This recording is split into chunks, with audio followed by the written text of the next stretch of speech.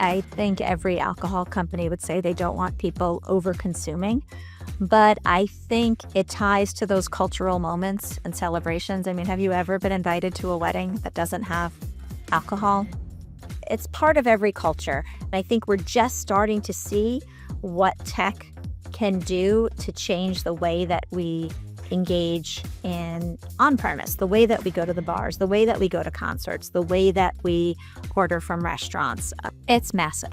It's massive. There's a lot of confusion and a lot of worrying going on, especially for products that can only be imported. You cannot make tequila in the United States. You cannot make champagne in the United States. Welcome to Between the Briefs, a podcast by Steno. We're here to bring you practical tips, expert insights, and real conversations about the pretrial process, court reporting, and the legal technology shaping the future of litigation. I'm your host, Adrian. And I'm your host, Joe Stevens. Whether you're an attorney, paralegal, or just curious about how technology is changing the legal industry, we've got something for you. Each episode will break down complex topics, share behind-the-scenes intel, and talk to the people leading innovation in and out of the courtroom. So grab a coffee and let's get into what's happening between the briefs. Hello and welcome to Between the Briefs, brought to you by Steno. We're your hosts. My name is Adrian. And I'm your co-host, Joe Stevens. In this episode, we're thrilled to welcome Jaci Flug, a partner at Greenspoon Marder LLP, where she has carved a reputation as a strategic thought partner with expertise in navigating regulatory challenges and empowering business teams. Jaci has an impressive background, including serving as general counsel at Drizzly, where she helped lead legal, regulatory, and industry affairs for the world's largest alcohol marketplace. Jaci also has an extensive track record in alcohol regulation and e-commerce, having worked across industries to address complex legal and regulatory issues. She's passionate about empowering businesses and finding strategic, cost-effective solutions while ensuring compliance. Jaci, welcome to the show. It's great to have you with us here today.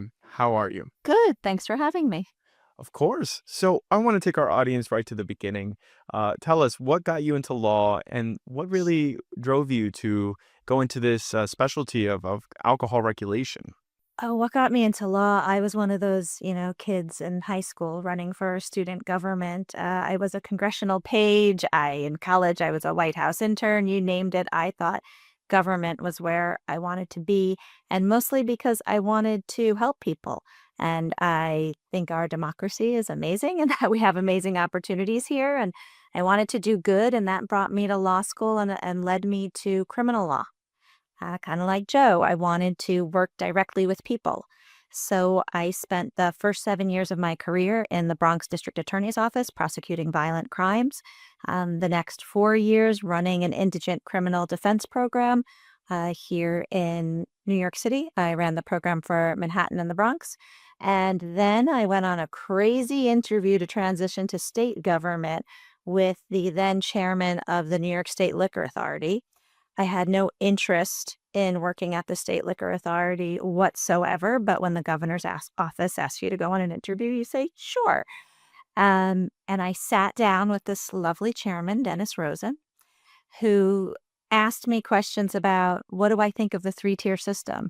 And I was like, what's that? What are you talking about? I know nothing about alcohol regulation. He asked if I ever thought about why here in New York there are no chain liquor stores, or why we don't sell wine in grocery stores. And as I tell him and most other people, no, normal people don't think about these things. And he and I got to speaking about this stuff. And the more we talked, the more interested I was, and the easier it was to see how criminal law skills translate into this administrative regulatory world. And I ended up taking the job as the general counsel for the New York State Liquor Authority, the largest market for alcoholic beverages in the country. And it totally turned my career. Jaci, there is something like the area of alcohol and liquor regulation. I mean, it obviously varies state by state tremendously. And it seems to be a relic of who knows what. I'm always interested when you go to different states and why places don't sell certain things at certain times, and then it goes back to laws that grew out of, 1680 or whatever it might be. I mean, can you actually sort of set the table for our audience about, maybe make some sense of that, if you can, about all the differences and why this sort of area of law is what it is? Sure, it is constitutional law, which as a criminal attorney, like you are, I tend to think of criminal law as the genuine, real constitutional law. And then as I got into alcohol, I said, "Oh, wait a minute, this is constitutional law as well, because there are two constitutional amendments about alcohol. You have your prohibition, and then you have your revocation of prohibition. And that's what this whole crazy patchwork comes down to. It was the repeal of prohibition. And the fact that prohibition didn't work because, as I say, it was a one size fits all. We're just going to make the same rules for every community across the country of no alcohol for any of you and hope that that goes well. And it did not go well, as we know, and the whole rise of the illicit market and organized crime. And I always say that I think we've all watched the movie The Untouchables, but maybe I'm dating myself. I'm not sure if anybody under the age of 30 has ever seen that movie. But it stems back to that and the thought that to be effective, for alcohol regulation to be effective, you have to let each community make its own rules because every community has their own relationship with alcohol, whether it is permissive or whether it doesn't want it at all, or somewhere in between. And so that's how we get to this crazy patchwork of alcohol regulation in America. We have the federal government with the TTB under the Department of Treasury that regulates the manufacturers and the wholesalers. So people who manufacture alcohol, and the part of the Constitution of the 21st Amendment was that the sale of alcohol within the state is to the province of the state. And we have very different varying ways in which that's done. I'm curious, you mentioned the three-tier system. I learned a little bit about this in college when I had an idea for building like a beer delivery company, right? And there, and then I went to a little, entrepreneur growth little, well, I don't know what to call it, but um, the idea was to help you innovate. And then I got introduced to regulation, and the three-tier system was like basically a tsunami of regulation to me trying to get in. Do you think the three-tier system creates a lot of barriers of entry and kind of stifles innovation when it comes to alcohol sales? So the term that I always use with Drizzly and use with my clients today is innovation with regulation. I mean, we as a country and a culture, many of us tend to not think that alcohol is a big deal because it is so abundant everywhere. And how many, t-shirts or barware or everything as a part of your home. You're supposed to build this beautiful bar. How many when you get engaged, how many martini shakers are you given as a gift? Like, people think you're just sitting around all day shaking martinis. It's something that we're supposed to have. We think of alcohol sometimes as no big deal. And the true fact is that it's a substance that can cause a lot of damage, a lot of public health and safety. We all know the large number of people who struggle with substance abuse. So there's a good reason for all of this regulation. It usually comes down to the protection of public health, safety, and welfare is what we deem it. So I think that it is not necessarily a stifle to innovation. You just have to be respectful of and work in combination with the regulation. And I think the successful companies have done that. I think the companies that really falter are ones who think, oh, we're just going to go up in and, have to say sorry to everybody later. We'll break a lot of stuff and it'll all work out in the end. When you're dealing with public health, that doesn't work. Jackie, I want to come back to maybe the romantic, glamorous Hollywood side of alcohol regulation that you just touched on, because I really think it's one of those things that people don't really realize. I forget who said it, but I think it was sort of when Prohibition was repealed. I forget which writer. It might have been Mencken, where he said something like it was harder for him to get a drink after Prohibition than during Prohibition. And then, of course, you just mentioned it too, organized crime. I mean, in a way, that whole industry would not exist without Prohibition, or it was definitely like rocket fuel. What other relics of that time, this sort of emerged from then? I mean, what things do we still see as a result of that time in American history? Oh, so a lot of things, simple things that we don't think about. When you think of your speakeasies, they were places that people couldn't look into, obviously. Have you ever been into a bar or a restaurant that doesn't have a glass front, window? I mean, that's part of the law, that it's required that you can see into the location. I deal a lot of time with clients who want to set up a liquor store, in this certain restaurant or in this market. And we're like, whoa, whoa, whoa, your place needs walls and it needs a door and it needs some defined map that the state is going to want to see because they're used to that whole term of 86ing out the back door. Well, we have rules about that, like can't go out the back door. Um, why gambling and prohibitions, there are still rules about in some states that the alcohol can't be served in teacups, because they want to see what you're drinking. So you have a lot of those vestiges. Of those are just the simple, fun things. But we have in alcohol these laws called tied house laws. And the three tiers are meant to separate the upper tier, which is your manufacturers, so your distilleries, your wineries, your breweries, from your retailers, because retailers are supposed to be independent people in the community. And some states even have a residency requirement that in order to sell alcohol, that you've lived in that community for a certain amount of time, because they didn't want the suppliers, the manufacturers who were not local and part of the community making choices for the community. And so what choices do I mean? They wanted the bar owner to choose what's going to be the beer on tap, not the beer that gave them the draft system or is paying them or selling to them on credit. They wanted these choices made by somebody who was local and independent. And that is the biggest vestige of prohibition that we have today, what keeps the three tiers and that required middle person of the wholesaler so important. A lot of people say they make the comparison of walking into a soda aisle at a supermarket and they say, how many different brands of soda do you see? And usually the answer is not much. You see a whole bunch of Coke products, a whole bunch of Pepsi products, and then maybe some products that look like craft but are really owned by Coke or Pepsi.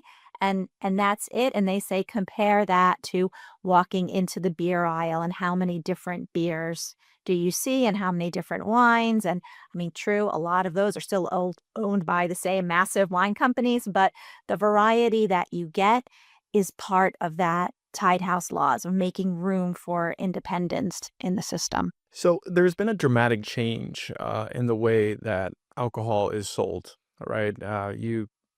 Before, I wouldn't say not too long, probably like not even 20 years ago, it would just be liquor or a liquor store or a bar. Now you can even get it delivered. Can you tell me about some of the challenges you have faced when it comes to, or helped your clients with when it comes to the delivery of alcohol? Sure. So delivery in a state like New York, there's always been delivery of alcohol ever since the end of Prohibition. It's just the way that New York is set up. We walk places, we carry our groceries, we carry our things. It wasn't crazy to walk into the liquor store, buy a case of wine, and say, yeah, have that delivered the same way we would with our groceries in New York before apps. You just said to the store, hey, okay, I bought everything I wanted. I'm leaving it here. I'll be home in a half an hour. Bring it there. Delivery wasn't new, but in the vast part of the country, delivery was not part of the initial laws after Prohibition. So, in order to make that happen, there had to be laws passed or sometimes just policy changes of ways to make it happen. And then on top of that was the issue of third party delivery. So, not just being delivered by the liquor store employees, but literally just any third party person. And that made a lot of people very nervous. There are still some states that do not have alcohol delivery. And then there are a small handful of states that have alcohol delivery, but do not allow third parties to deliver alcohol. So it gets back to the sort of post prohibition things of what is each community comfortable with. And that's also even being a little naive because there's a business issue to it also. It's some things just say, some states or retailers just say, hey, no, we want to stick to our own employees. I don't want to have to pay more to use the third party to do it. I don't want to worry about them making a delivery to a minor. I just want to keep this all in house. And so I'm going to lobby for the laws to be that way. But delivery took, and I spent a lot of time at Drizzly changing laws on it. And as you both all know, COVID was the big thing that pushed a lot of delivery across the finish line. And not only for in alcohol, we call it on premise and off premise. Your on premise location is any place that you can go and buy a drink and drink it there legally, your bar, your restaurant, hotel, stadium, theater, think of it. Then your off premise is where you can go and buy it, but you can't hang around and drink it there. You got to take it somewhere else. So delivery before COVID for alcohol was really just for off premise. Then the cocktails to go came during COVID as a way to save the restaurants. But if you had said before the pandemic that the alcohol community would have ever been okay with the cocktails to go, I think it was a flat out no. I mean, liquor stores saw it as competing with them, right? If you want to drink a drink in your home, you were buying it from the liquor store. You weren't buying it from the restaurant. So it's still a very touchy issue. A lot of the cocktails to go legislation have sunset provisions. So people agree to it for 2 years, 3 years, and then revisit it. But we all know once the genie's out of the bottle, it's very hard to put it back in. Jackie, if we stay on this subject for a second, I spent a few legislative sessions in Texas, while the legislature was in session, and seeing the power of different lobbies at work. And obviously, Texas runs the gamut, very rural state. Obviously, there's some big urban centers. And then the regulation or proposed regulation and legislation flies out of all corners across all different industries all the time. And then the alcohol or the lobby there is obviously quite a loud, powerful one and historically has been. A couple of things on that. One, could you just kind of set the table or talk more about that lobby and the strength of that lobby generally, maybe specific to New York or whatever you know best? And also legislation or regulation that continually seems to you're confronted with nationally across different states that you're always having to push back on. And your Texas legislature meets every other year. I've been to Austin, testified in that house, and you have fantastic wholesaler association and a fantastic retailer association in Texas too. A little shout out to Lance Lively and the Texas Retailer Association.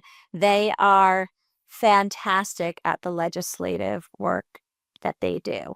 They are both the retailer and the wholesaler association in Texas are fabulous at articulating what can seem like archaic rules at some time as to why they have very real importance to their business operations today.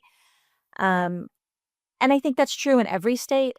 I think that members of the legislature are very responsive to their retailer associations and even their wholesaler associations and businesses because these tend to be mom and pop businesses.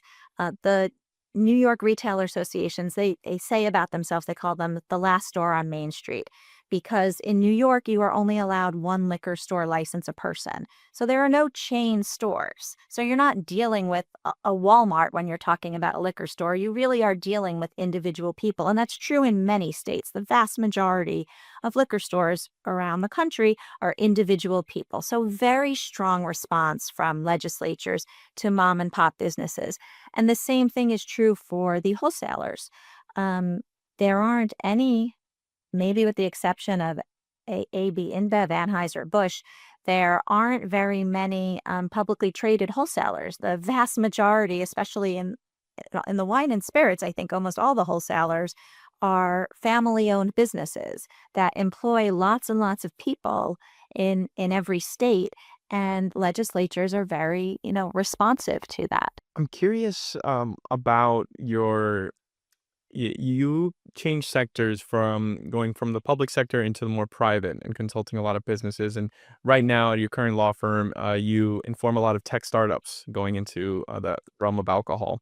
What problems do you see arise a lot with your clients that they need your help with? What are some key ones that you find are pretty common for you? And for alcohol, it is they are tech companies that want to work with retailers and also take a lot of advertising and data sales money from suppliers.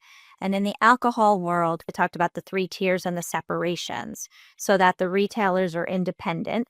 The federal law and every state law has a prohibition about anything of value going from a supplier to a retailer. So what the law prevents directly, the law also prevents indirectly. So if a third party wants to be able to work with retailers, provide them some service, do something of value for the retailers, and also take money from the suppliers, you have to be very careful that it's not an indirect gift or service to the retailer. So I call it the playing in both tiers, and how to do it legally and compliantly is very hard to figure out and often takes a state by state model to do it. basically, as you said about your beer delivery, if like people sit around and think like, oh my God, I have this great idea about the alcohol industry. How come nobody's ever done it before? The typical answer is because it's illegal and that's why it's not done. It's not that nobody's ever thought about this. It's that it's illegal, or you have to make a lot of concessions to do it nationally. It is extremely hard to build an alcohol company that's going to operate across all 50 states, um, and do it compliantly, at least. It's very easy to do it not compliantly, but to do it compliantly is very hard. And so it takes more time and your tech to be specific, which takes more money to do. So you have to be committed if you want to run something nationally and compliantly, that that's the way you're going to do it. Otherwise, you might have built a very great company with a great product, but if it's not legal, what kind of exit is your company going to have? Who's going to pay $1 billion for a company that can be shut down by a regulator at any day? Are there any regulatory innovations that you've seen in other sort of highly regulated sectors that the alcohol sector should also adopt? Have I seen in any other regulated? The only other regulated area that I follow is the cannabis area too, and the the area that is most happening right now is not even necessarily in the cannabis. It's the hemp-derived drinks that are all the rage. The loophole, and I don't know if it was really meant to be a loophole. It's just the farm bill that was passed by Congress going back about at least 5 or 6 years now, that legalized hemp, that people found a way that if you take a massive amount of hemp, you are able to derive the same amount of delta 9 THC that would be in cannabis, and poof, all of a sudden it's legal. So we've been tracking and working with clients because it's a whole hodgepodge there. If you think the alcohol laws state to state are crazy, like people are just making these rules about these THC hemp-derived beverages right now. And you have states. I was in Tennessee, a state that does not have legal cannabis, but they're like, oh yes, we love these hemp-derived drinks. Let's sell them in liquor stores. Sure, this is fantastic. And then you have other states like, we're not putting that in a liquor store. Absolutely not. You're seeing just different things everywhere about it. So I don't know if that answers your question about something to borrow from it. I we started, when I say we, when I was at Drizzly, we launched a sister company called Lantern, which was a platform for cannabis delivery. The same way as Drizzly, we weren't a plant touching company. We were really the tech for dispensaries to use to market and help deliver cannabis. And the argument was there, and I think by most of the alcohol industry, should be that, hey, we've already figured out a post-prohibition world in alcohol. Cannabis, you should adopt the three-tier system of alcohol for cannabis. And that hasn't really been the way that it's gone. And there are some ways and some states that have taken that approach. It typically tends to decide on whether a state has passed cannabis by referendum or by a specific legislative package. Those states that pass by referendum, I mean, it's a whole hodgepodge, because there it's just like, we've legalized it, but we haven't thought about what that's going to mean. We're going to deal with that later, as opposed to passing a comprehensive bill that articulates how we're going to do this. So when you say something that alcohol should be copying or replicating, I think we've been more looking outward, saying, hey, in this new world of post-prohibition cannabis, you should be replicating alcohol. Interesting. That is super interesting. And I'm glad you touched on that, because I even wondered myself, here in Miami, those THC, CBD, alcohol drinks are all the rage, and you find them in a lot of places. And it seemed like they just popped up out of nowhere, but now I have a reference point where it all began. Oh my God, that's where it began. And then you have to look and see, is it delta 9, which is naturally occurring and pulled out of it, or is it delta 8 or delta 10, which are like chemically modified in a lab and really something different? There's a lot of education that people need about what it is they're buying. And also, we're just not trained to, like, what you feel like after you have a glass of wine. You haven't had one of those drinks yet, and each delta has a different effect. So there's a lot of education that needs to go on. I'm curious when it comes to the advertisement of alcohol. Have you encountered any type of regulation with that? Because I've seen the commercials, right? You'll watch a Super Bowl commercial, you see the guy with the Corona, but he never drinks it. It looks like he's gonna drink it, he's about to, but you never see that beer touch the lips. So I'm curious, what have you learned in that world, and what can our audience learn? Oh, so it's great. The biggest thing to know about alcohol advertising is that you're not supposed to appeal to children, and that the okay, I'll back up and say when you have to or not. There are industry standards. The Distilled Spirits Council is an industry trade group, and they have put out industry standards, not law, what they as the industry say you should do. And they say, I think it's about 73% now, that 73% of your audience should be above the age of 21 that sees ads. So start there. And you shouldn't do things that show people um, irresponsibly consuming alcohol, and you shouldn't do things that appeal to children. So I think about a year, maybe 2 years ago, they had some fabulous prosecutions. There was one company that did a spoof on Blue's Clues, and they said the brand, and it was their clues. And so you had a guy who looked like Steve in the striped shirt. And I mean, their argument was, hey, we were playing to the audience that grew up with Blue's Clues that is now over the age of 21. No kid today knows what Blue's Clues is. Discus still said, "No, this wasn't responsible." Or there was a tequila company with a very famous, every celebrity has a brand now. There was a celebrity tequila company where the celebrity was drinking tequila straight out of the bottle through a straw, which is not a healthy way to be consuming a spirit that way. So they said, hey, this was not something that you don't want a whole bunch of college kids standing around drinking tequila, drinking the whole bottle out of a straw. So like that was an issue too. So people really they sometimes want to use like cartoons and logos, and you have to just stop and say, hey, does this appeal to children? Even in the world of there are a lot of frozen popsicles now with alcohol in them, ice cream, and you have to stop and think, does your packaging, is your labeling calling out to children or not? We're also living in the world of, we call them crossover products. There's now spiked Sunny D. That's a thing. There's Hard Mountain Dew. These are the products that get called out. There's a cranberry, Ocean Spray Cranberry and Absolute. Just things that we're not used to seeing, or brands that we're not used to seeing contain alcohol. And there are about 5 or more states that have put out regulations about that these products can't be placed near each other in the stores, or that you have to have a warning over it, making sure that people know that you're picking up alcohol. There was something that went viral too on the internet about, I think you guys probably familiar with Liquid Death, the water in a can. It's literally just water, but it's in a can that looks like a beer can. And there was a father who was packing his kid's lunch and thought he put in a can of Liquid Death, but he put in like a Guinness to his like 6-year-old's lunch, and got called from school of, hey, you got to come here. You put a beer in your kid's lunch. And then this guy puts it on the internet that he's done this. So like it's like, yes. So those are the things, children. And when you talk about advertising, marketing, everything with alcohol, you need to make sure that you are not doing something that is attractive to children. I mean, we all remember Camel Joe. Wasn't That's what he was called, right? Like the camel, the cartoon. Yeah. Hello. Yep, right to kids.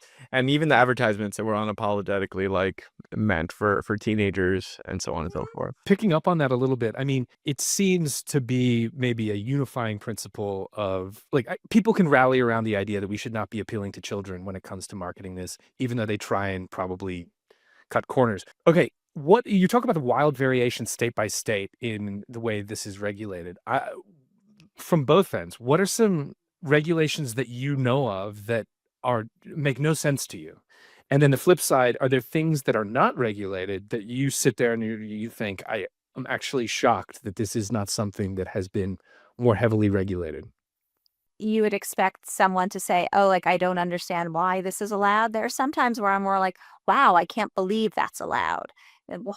There are some states where like you can get a daiquiri at a drive-through.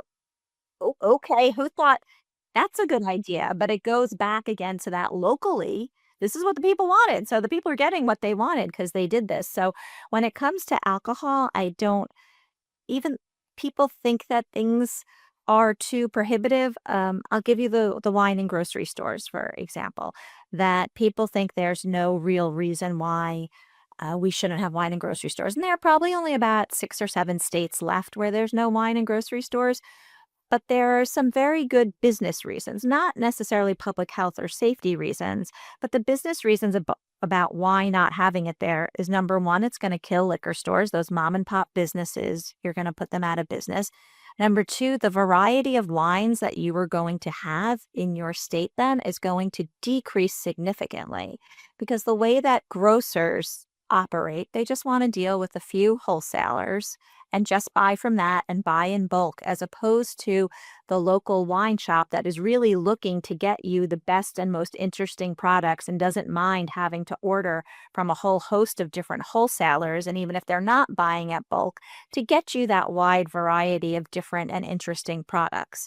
And if everybody is buying their wine in grocery stores instead of from these small shops, well, those whole small wholesalers go out of business because there's nobody buying their products. You see those products disappear because the grocer wants to buy what they can buy in bulk and quantity discounts. And so there's a ripple effect.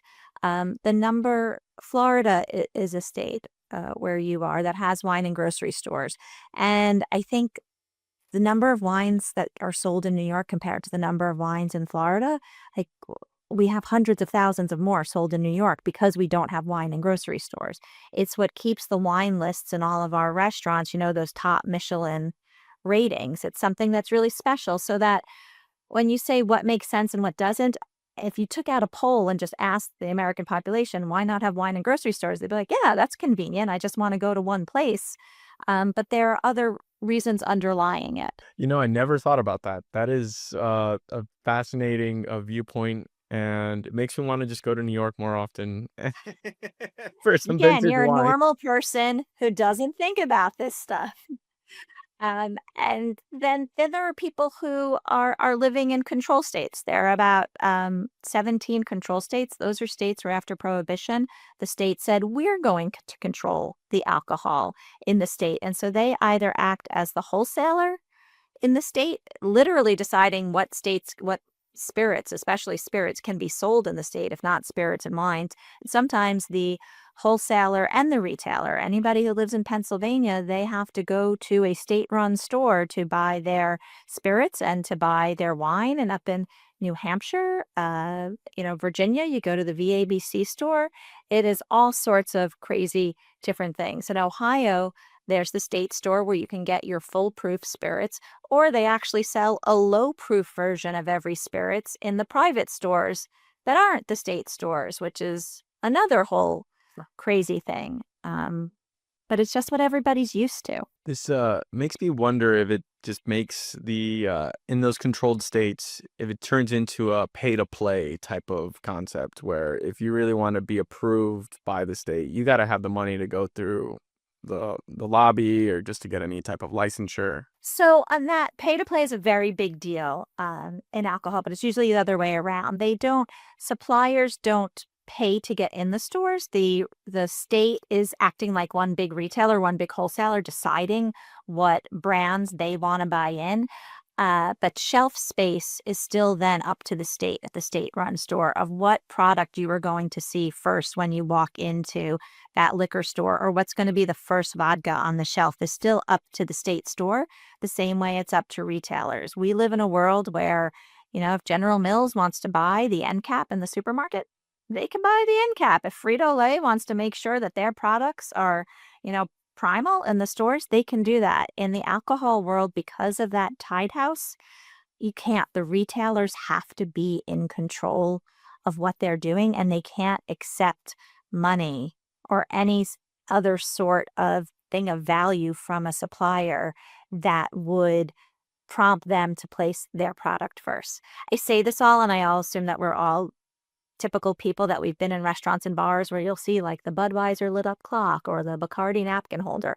Those are things of value given from suppliers to retailers, but those are all special carve-outs in the law, and they're called advertising specialties, and they have to be things that consumers are going to see. If you've ever sitting underneath a Campari umbrella at a restaurant outside, or Heineken. Like, that is part of what can be given from a supplier to a retailer for advertising purposes, but they can't give them anything else of value beyond something that's for advertising, because they don't want them to be influenced to buy their products or place their products anywhere. Jaci, could you give us a crash course on how all the recent discussion around tariffs are going to affect?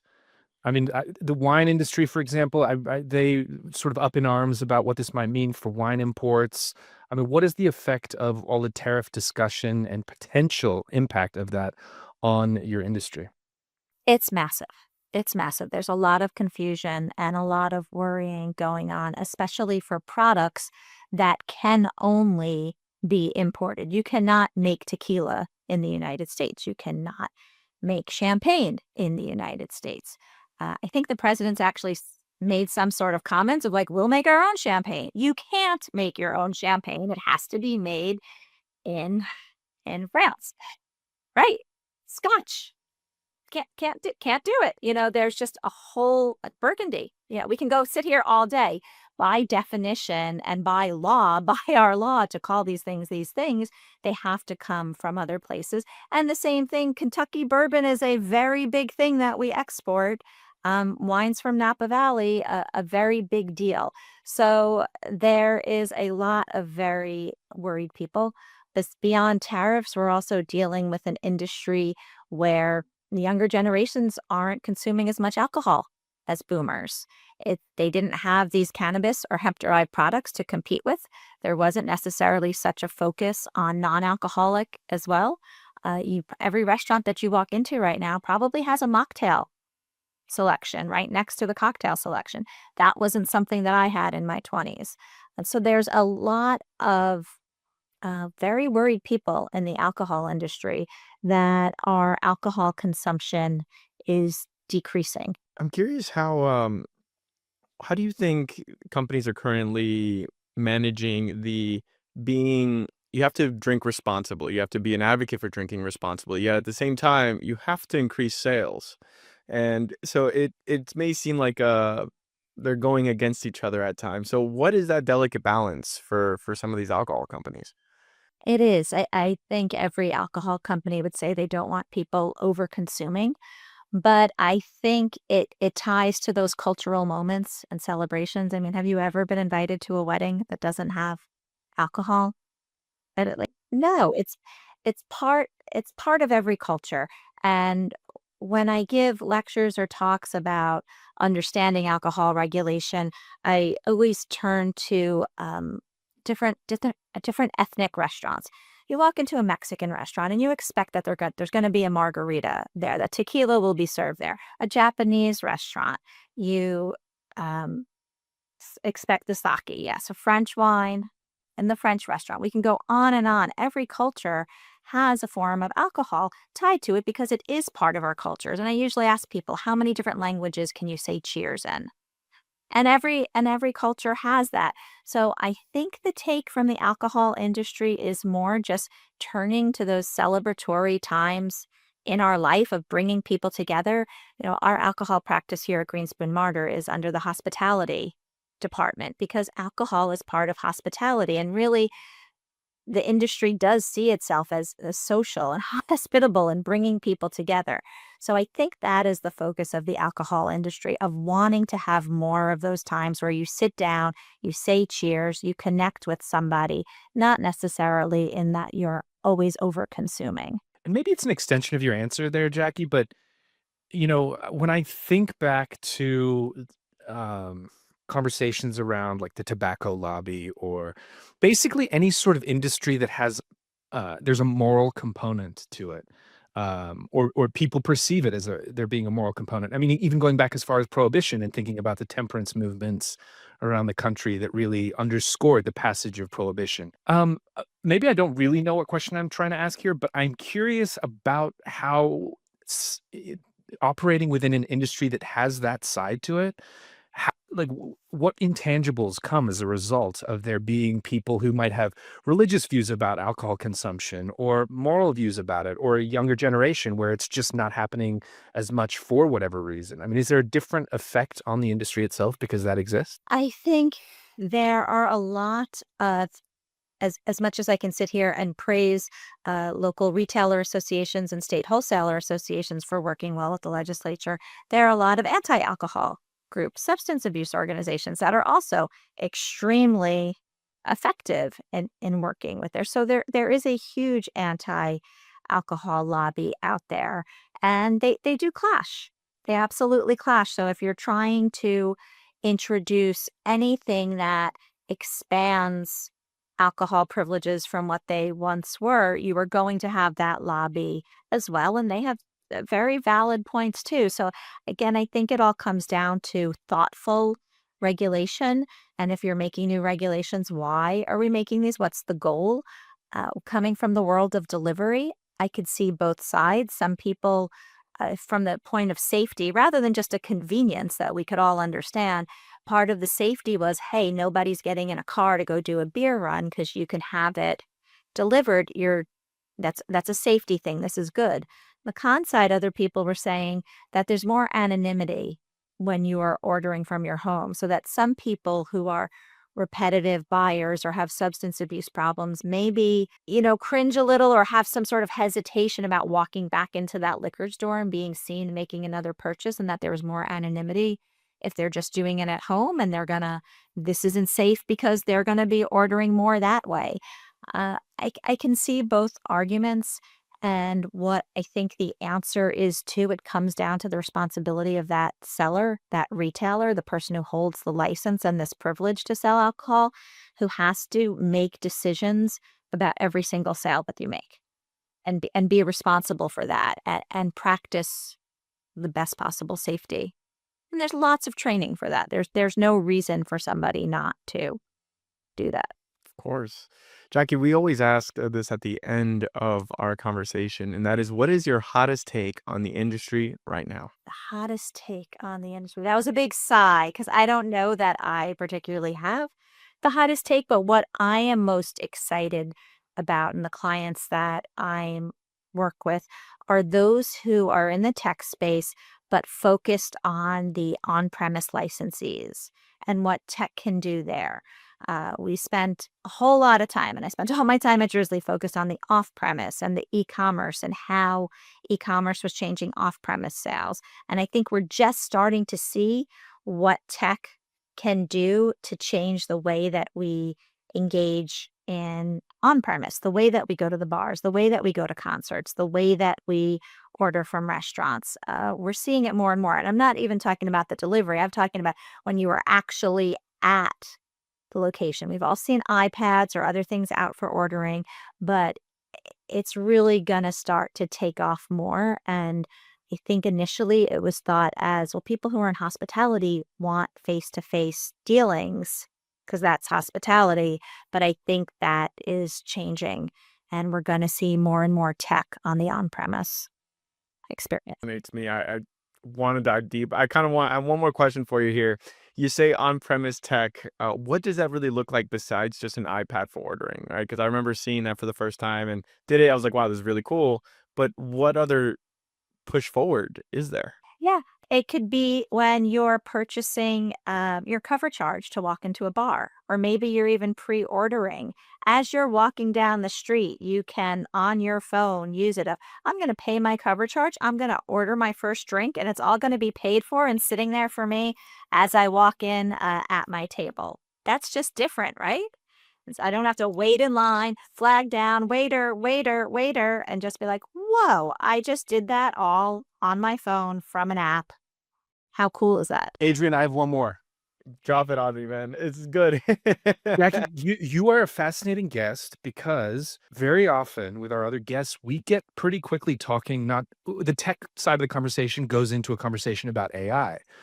And that hasn't really been brought up once. And I'm wondering if you might really be our first guest who is operating within an industry that isn't really being disrupted too much by what's going on in the world of AI. I mean, maybe on a practitioner's side, as a lawyer, there are things that you can do in your day-to-day life where AI is a product enhancer or whatever it might be.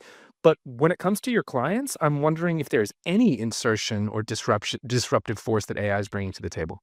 I think there's two areas, right? We have the B2C, the retailers to the consumers, or even sometimes the suppliers to the consumers. Then we have the B2B, which would be your suppliers to your wholesalers or your wholesalers to your retailers. I think the way that AI is coming into play in the B2C is recommendations. I don't think any tech out there has really nailed how to make the best recommendations to consumers about which products they would probably like. That since you bought this, you might also like this. I don't think they're at the level of like your Spotify playlist that can tell you, hey, this is really going to be it. So I think that's all I'm seeing there in terms of AI. But I think in business efficiencies on the B2B side, that's where you're seeing AI come in. But remember too, again, it's that whole independent retailer of like somebody actually has to make a choice of this is the wine I want to purchase. This is the one I want to put on my wine list. This is the price. It's also, I'll just leave you with this thought too. I was at a conference, the Beverage Alcohol Retailers Conference last June, and several retailers were on a panel and they were talking about e-commerce and how, yes, consumers demand this. And then the question turned to them and said, hey, how do you like your wholesalers' use of e-commerce for you shopping from your wholesaler? And they all uniformly hated it, not because they hate tech, but because they valued that relationship between their salesperson coming in and the special attention that they would get and having their questions answered and being catered to. And so I really thought it was fascinating that for their customers, they're all like, yes, we have to have e-commerce. We have to do this. It's table stakes in this day and age. But they all really still preferred doing business with a person. That goes to show you that speaks loudly, right? It's amazing. Well, Jaci, thank you so much for joining us here today. This has been a fantastic conversation. And thank you to our audience for tuning into Between the Briefs, brought to you by Steno. Special thanks to our guest, Jaci, for sharing her invaluable insights on regulatory affairs, alcohol regulation, e-commerce, and her remarkable journey in the legal field. And of course, a big thanks to my co-host, Joe Stevens, for another fantastic conversation. Yes, Adrian, this was a good one.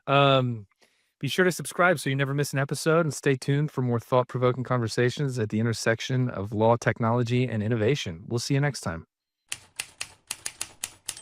Up next on Between the Briefs. All law firms operate on a billable hour system. So if you add in a document review where you would need an army of first years or second years or third years reviewing, and now you have literally an algorithm which is reviewing, how are you going to sell your piece to the client? We need to embrace as humans, as a species, that we have been at these points before. Before we had the email, we had physical letters. The question would be, okay, all these people working as postmen, will they lose their job? I think one of the hottest takes in the future will be... Stay tuned for the full interview coming to you soon. Between the Briefs is brought to you by Steno. To find out more about Steno and how we combine exceptional court reporting and litigation support services to deliver a superior litigation experience, visit steno.com. That's STENO.com. And then make sure to search for Between the Briefs in Apple Podcasts, Spotify, or anywhere else you get your podcasts, and click subscribe so you don't miss any future episodes. On behalf of the team here at Steno, thanks for listening.